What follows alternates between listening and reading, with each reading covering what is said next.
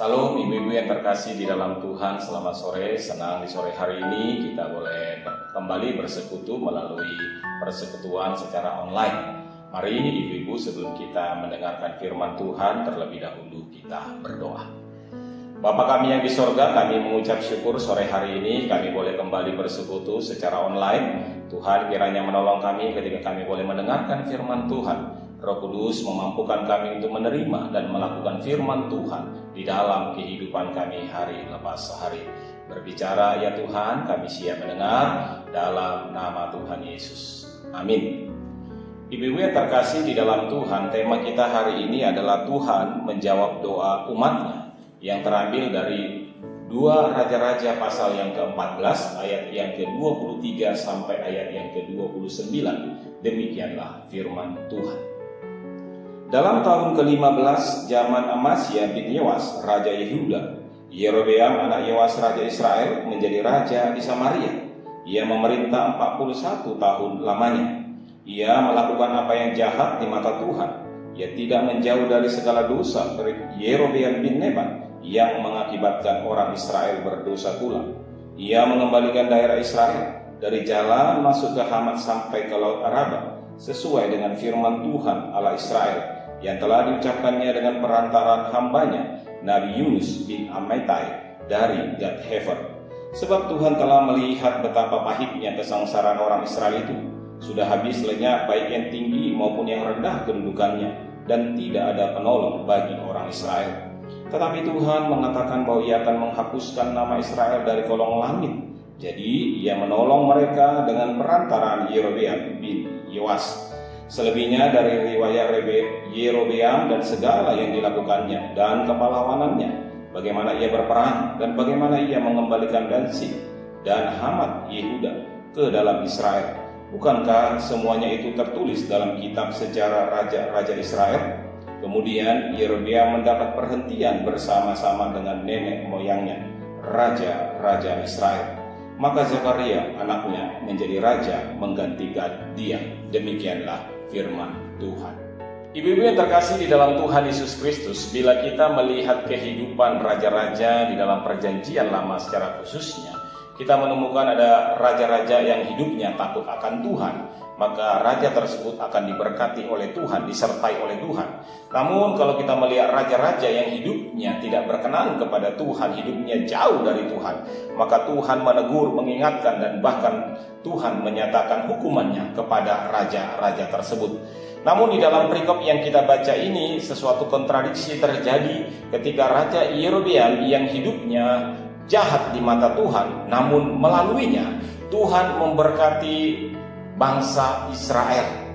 Ibu-ibu yang terkasih di dalam Tuhan Yesus Kristus, itulah sebabnya kalau kita melihat dalam kehidupan Yerobeam ini, perikop ini tidak menjelaskan apa yang dilakukan oleh Yerobeam, bagaimana ia memulihkan keadaan mereka, bagaimana ia menang. Tetapi di dalam ayat 28 dan 29 dikatakan bahwa apa yang dilakukan oleh Yerobeam, selebihnya dari riwayat Yerobeam dan segala yang dilakukannya dan kepahlawanannya, bagaimana ia berperang dan bagaimana ia mengembalikan Dansi dan Hamat Yehuda ke dalam Israel. Semuanya itu dicatat di dalam sejarah raja-raja Israel. Dan akhirnya ia digantikan oleh anaknya, yaitu Zakaria.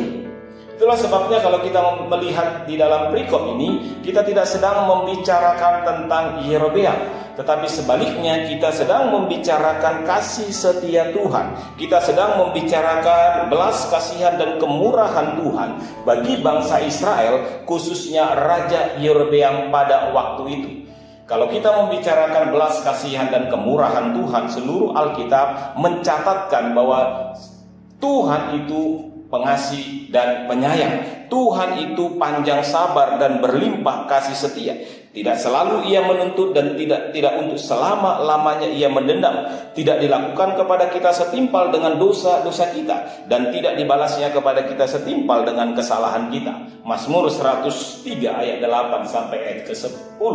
Demikian juga Mazmur 85 ayat 15 berkata, "Tetapi Engkau ya Tuhan Allah penyayang dan pengasih, panjang sabar dan berlimpah kasih setia Tuhan." Di dalam ayat yang lain kita bisa baca Mazmur 36 ayat 5, Mika 7 ayat 18 dan lain sebagainya. Ada begitu banyak ayat-ayat Alkitab yang membicarakan tentang belas kasihan atau kemurahan Tuhan bagi umatnya. Dan salah satu contoh kemurahan Tuhan yang dinyatakan di dalam Alkitab yaitu melalui perikop yang kita baca ini. Tuhan menyatakan belas kasihannya kepada Yerobeam. Kalau kita membaca tadi di ayat yang ke-24, kita menemukan apa yang dilakukan oleh Yerobeam. Ia melakukan apa yang jahat di mata Tuhan. Ia tidak menjauhkan dari segala dosa Yerobeam bin Nebat yang mengakibatkan orang Israel berdosa pula. Jadi kehidupan raja ini adalah kehidupan yang jahat di mata Tuhan, yang membuat orang Israel pun hidup di dalam dosa-dosa mereka. Di dalam sepanjang pemerintahannya dikatakan 41 tahun lebih, maka Tuhan telah mengutus 3 nabi untuk mengingatkan Yerobeam ini supaya ia bertobat, supaya ia mengingat Tuhan, supaya ia mengembalikan kembali aturan-aturan Tuhan, firman Tuhan, Taurat Tuhan. Tetapi dia tidak bergeming dan dia tidak berubah kehidupannya, kehidupan yang melakukan apa yang jahat di mata Tuhan. Oleh sebab itu, ibu-ibu yang terkasih, bila kita melihat kehidupan bangsa Israel secara umum, kita menemukan ada 3 kategori besar dosa-dosa yang dilakukan oleh bangsa Israel, khususnya Raja Yerobeam di zamannya. Yaitu yang pertama adalah penyembahan berhala, yang kedua adalah mereka meninggalkan Taurat atau firman Tuhan, dan yang ketiga adalah kejahatan sosial atau kebejatan moral yang mereka lakukan. Kalau kita melihat tentang yang pertama tadi, penyembahan berhala, maka kita menemukan bagaimana bangsa Israel telah melakukan ini ketika mereka pertama kali keluar dari Mesir.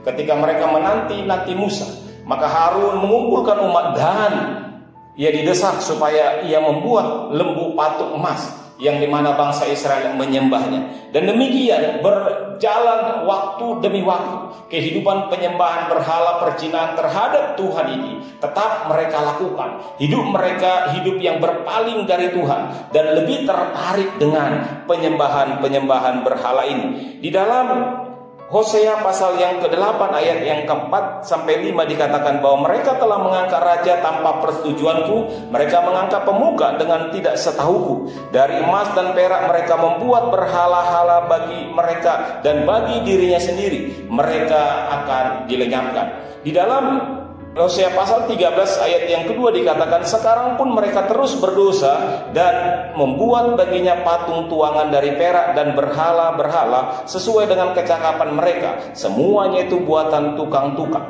Jadi bangsa Israel walaupun sadar bahwa lembu emas yang mereka buat itu adalah buatan manusia, buatan mereka sendiri, tetapi mereka lebih menyukai itu daripada Allah pencipta langit dan bumi, daripada Allah yang telah membebaskan nenek moyang mereka, daripada Allah yang telah memelihara hidup mereka. Jadi kehidupan mereka adalah kehidupan yang telah berzina secara rohani di hadapan Tuhan. Mereka memalingkan hidup mereka dari Tuhan dan kepada berhala-berhala. Yang kedua, hidup mereka menjadi hidup yang jauh dari Taurat atau firman Tuhan. Apa yang Tuhan maksudkan tentang Taurat telah dipelintir oleh para imam pengajar pada waktu itu untuk kepentingan dan kesenangan mereka sendiri. Mereka membawa umat kepada pengajaran-pengajaran yang tidak lagi sesuai dengan kehendak Tuhan, yang membuat akhirnya bangsa Israel itu hidup di dalam kefasikan, hidup di dalam berbagai-bagai perbuatan dosa yang tidak lagi menyukai firman Tuhan. Di dalam Hosea pasal 4 ayat 6 dikatakan, umatku binasa karena tidak mengenal Allah.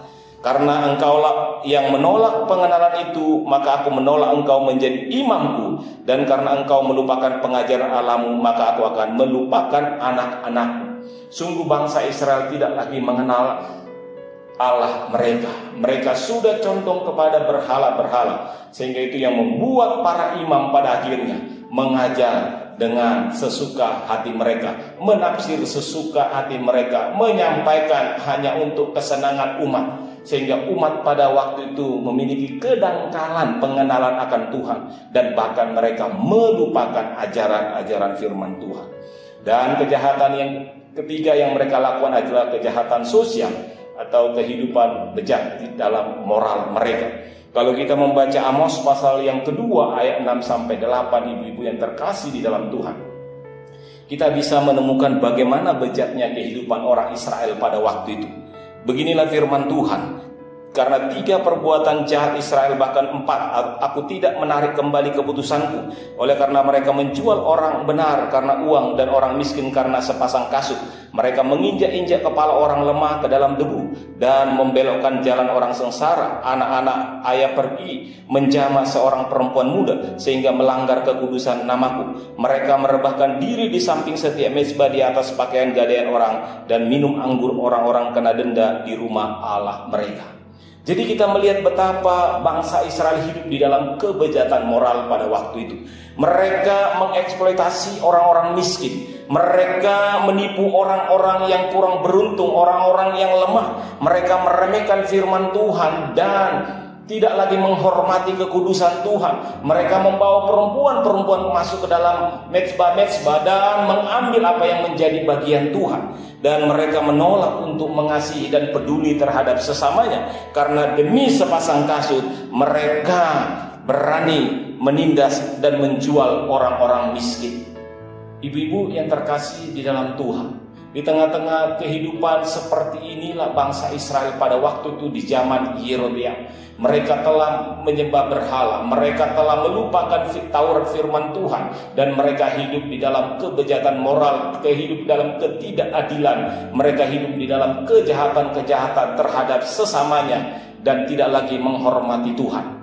Tetapi menarik sekali ketika kita membaca di dalam ayat yang kita baca hari ini, apa yang dinyatakan Tuhan terhadap Yerobeam, yang dikatakan di ayat yang ke-28 tadi, selebihnya Yerobeam dan segala yang dilakukan kepahlawanannya, bagaimana ia berperang dan bagaimana ia mengembalikan Damsyik dan Hamat Yehuda ke dalam Israel. itu bukan karena perbuatan yang namanya Yerobeam tersebut, tetapi semata-mata karena anugerah atau semata-mata karena belas kasihan Tuhan. Yerobeam tidak pernah meminta kepada Tuhan. Yerobeam tidak pernah berseru kepada Tuhan, tetapi sebaliknya hidupnya jauh daripada Tuhan. Tetapi di dalam ayat yang ke-25 sampai 27 kita melihat bagaimana Tuhan menyatakan belas kasihannya kepada bangsa Israel melalui Raja Yerobeam ini. Di ayat yang ke-25 dikatakan, di dalam ayat yang kita baca, Allah Israel telah diucapkannya dengan perantaraan hambanya Nabi Yunus bin Amittai. Saya baca dari ayat pertama. Ia mengembalikan daerah Israel dari jalan masuk ke Hamat sampai ke Laut Araba, sesuai dengan firman Tuhan Allah Israel yang telah diucapkannya dengan perantaraan hambanya Nabi Yunus bin Amittai. Di dalam ayat ini kita melihat bagaimana Tuhan menggenapkan janjinya melalui Nabi Yunus dari God Heaven yang pernah diucapkannya. Tuhan akan memberikan apa yang menjadi milik bangsa Israel, mulai dari Hamat ke utara selatan sampai ke Laut Mati, sampai ke Arafah pada waktu itu. Ini bukan karena perjuangan, ini bukan karena Yerobeam, tetapi murni karena kemurahan Tuhan yang memberikannya kepada Yerobeam. Dan bahkan kalau kita melihat di dalam kisah ini, ibu-ibu yang terkasih, tidak ada raja yang mendapatkan seluas atau mendapatkan kemenangan seluas apa yang direbut atau apa yang didapatkan oleh Yerobeam ini, kecuali pada zaman Salomo pada waktu itu. Ibu-ibu yang terkasih di dalam Tuhan, walaupun demikian Allah berjanji dan menggenapi janjinya melalui Nabi Yunus. Dan yang kedua, Allah bukan hanya menggenapkan janjinya, tetapi dikatakan bahwa Tuhan melihat. Kalau kita membaca di ayat yang ke-26, sebab Tuhan melihat betapa pahitnya kesengsaraan orang Israel. Jadi karena kehidupan mereka yang jauh dari Tuhan, hidup mereka penuh dengan kesengsaraan, hidup mereka penuh dengan kepahitan, hidup mereka penuh dengan berbagai penderitaan. Tetapi di sini dikatakan bahwa Tuhan melihat bangsa Israel itu, sehingga apa yang tidak pantas mereka dapatkan, justru Tuhan menyatakan belas kasihannya. Tuhan melihat apa yang mereka alami, apa yang kesedihan, apa yang sedang mereka ratapi. Tetapi Tuhan menyatakan belas kasihannya dan melihat, mengawasi Israel di tengah-tengah penderitaan mereka. Bangsa Israel ini tetap ada di dalam kontrol dan kedaulatan Tuhan. Tuhan tidak pernah meninggalkan mereka. Walaupun banyak bangsa yang berkata Tuhan telah meninggalkan umatnya, tetapi sekali lagi Tuhan tidak pernah meninggalkan, karena Tuhan mengawasi mereka. Itulah yang dikatakan di ayat yang ke-27 bagian B. Dikatakan tetapi Tuhan tidak mengatakan bahwa ia akan menghapus nama Israel dari kolong langit. Jadi ia menolong mereka dengan perantaran Yerobeam bin Yoas. Lihat ibu-ibu, dengan kemurahan Tuhan, Tuhan menolong bangsa Israel melalui atau perantaraan Raja Yerobeam bin Yoas ini. Di tengah-tengah kehidupan yang jauh dari Tuhan, Tuhan tetap menyatakan belas kasihannya. Walaupun ada orang yang melihat Tuhan sebagai pribadi yang kejam, ada orang yang melihat Tuhan sebagai hakim yang kejam, ada orang yang melihat Tuhan sebagai penguasa yang sangat kejam, tetapi semua yang mereka lihat itu tidak sesuai dengan pribadi Tuhan. Karena Tuhan adalah penyayang dan pengasih, Dia adalah pribadi yang panjang sabar. Ibu-ibu yang terkasih di dalam Tuhan, maka Tuhan menyatakan dan melihat serta menolong atau menyelamatkan umatnya dari berbagai situasi yang tidak mengenakan pada zaman itu. Mengapa Tuhan melakukan ini? Sekali lagi, ini adalah murni kemurahan Tuhan bagi bangsa Israel. Bukan karena perbuatan baik mereka, bukan karena hal-hal lain yang mereka dengarkan, tetapi karena Tuhan mengingat janjinya. Tuhan melihat mereka dan Tuhan menolong mereka untuk keluar dari berbagai-bagai situasi yang tidak menyenangkan tersebut. Ibu-ibu yang terkasih di dalam Tuhan, kita adalah orang-orang juga yang hidup di dalam anugerah Tuhan. Kita juga adalah orang-orang yang hidup di dalam keberdosaan kita. Tidak ada satupun yang bisa kita layakkan untuk mendapat kemurahan Tuhan. Sebaliknya, karena kemurahan Tuhanlah Tuhan menyatakan itu kepada kita dan kita diterima menjadi anak-anaknya. Kita mendapatkan keselamatan karena Tuhan mengirimkan anaknya yang tunggal. Yohanes 3:16. Karena begitu besar kasih Allah akan dunia ini sehingga ini memberikan anak yang tunggal, supaya setiap orang yang percaya kepada tidak binasa, melainkan beroleh hidup yang kekal. Ibu-ibu yang terkasih di dalam Tuhan, apapun situasi kita hari ini, apapun kondisi hari ini, pergumulan apapun yang membuat kita mungkin tergoda untuk melakukan hal-hal yang tidak berkenan kepada Tuhan, hari ini datanglah kepada Tuhan, minta ampunlah kepada Tuhan, berdoalah kita supaya Tuhan menolong kita. Kalau bangsa Israel ditolong oleh Tuhan, maka kita pun pastilah ditolong oleh Tuhan. Oleh sebab itu, apapun pergumulan ibu-ibu, datanglah kepada Tuhan yang penuh dengan belas kasihan. Berdoalah dan minta ampunlah. Yakinlah Tuhan yang dengan belas kasihannya akan mengampuni, memulihkan, dan menolong serta menyelamatkan kita, supaya kita jauh dari perbuatan-perbuatan yang tidak berkenan kepada Tuhan. Nyatakanlah doa kita kepadanya dalam seluruh ketulusan hati kita. Kiranya ibu-ibu diberkati oleh Tuhan. Amin. Mari kita berdoa.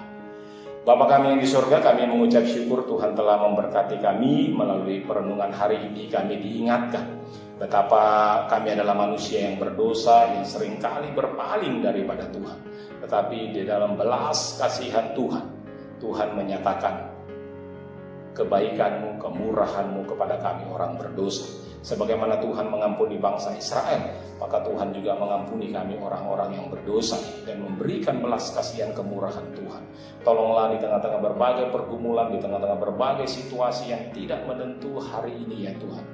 Kami tetap berharap, kami tetap percaya kepada Tuhan. Bantu dan yakinkan kami Tuhan ketika kami berseru kepada Tuhan.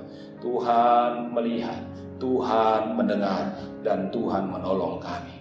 Dengar doa-doa kami ya Bapa, biarlah kami terus boleh hidup dalam kasih dan kemurahan Tuhan. Berkati ibu-ibu dalam segala kehidupan, pekerjaan, usaha, dalam berbagai pergumulan di tengah-tengah keluarga, baik bersama dengan suami, anak-anak, mantu, dan cucu. Diberkatilah mereka dan biarlah terus mereka boleh hidup di dalam pengharapan akan Tuhan.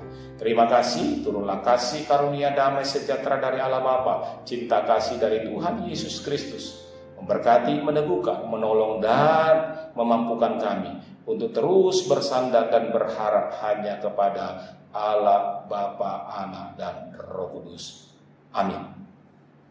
Terima kasih ibu-ibu, Tuhan memberkati. Amin.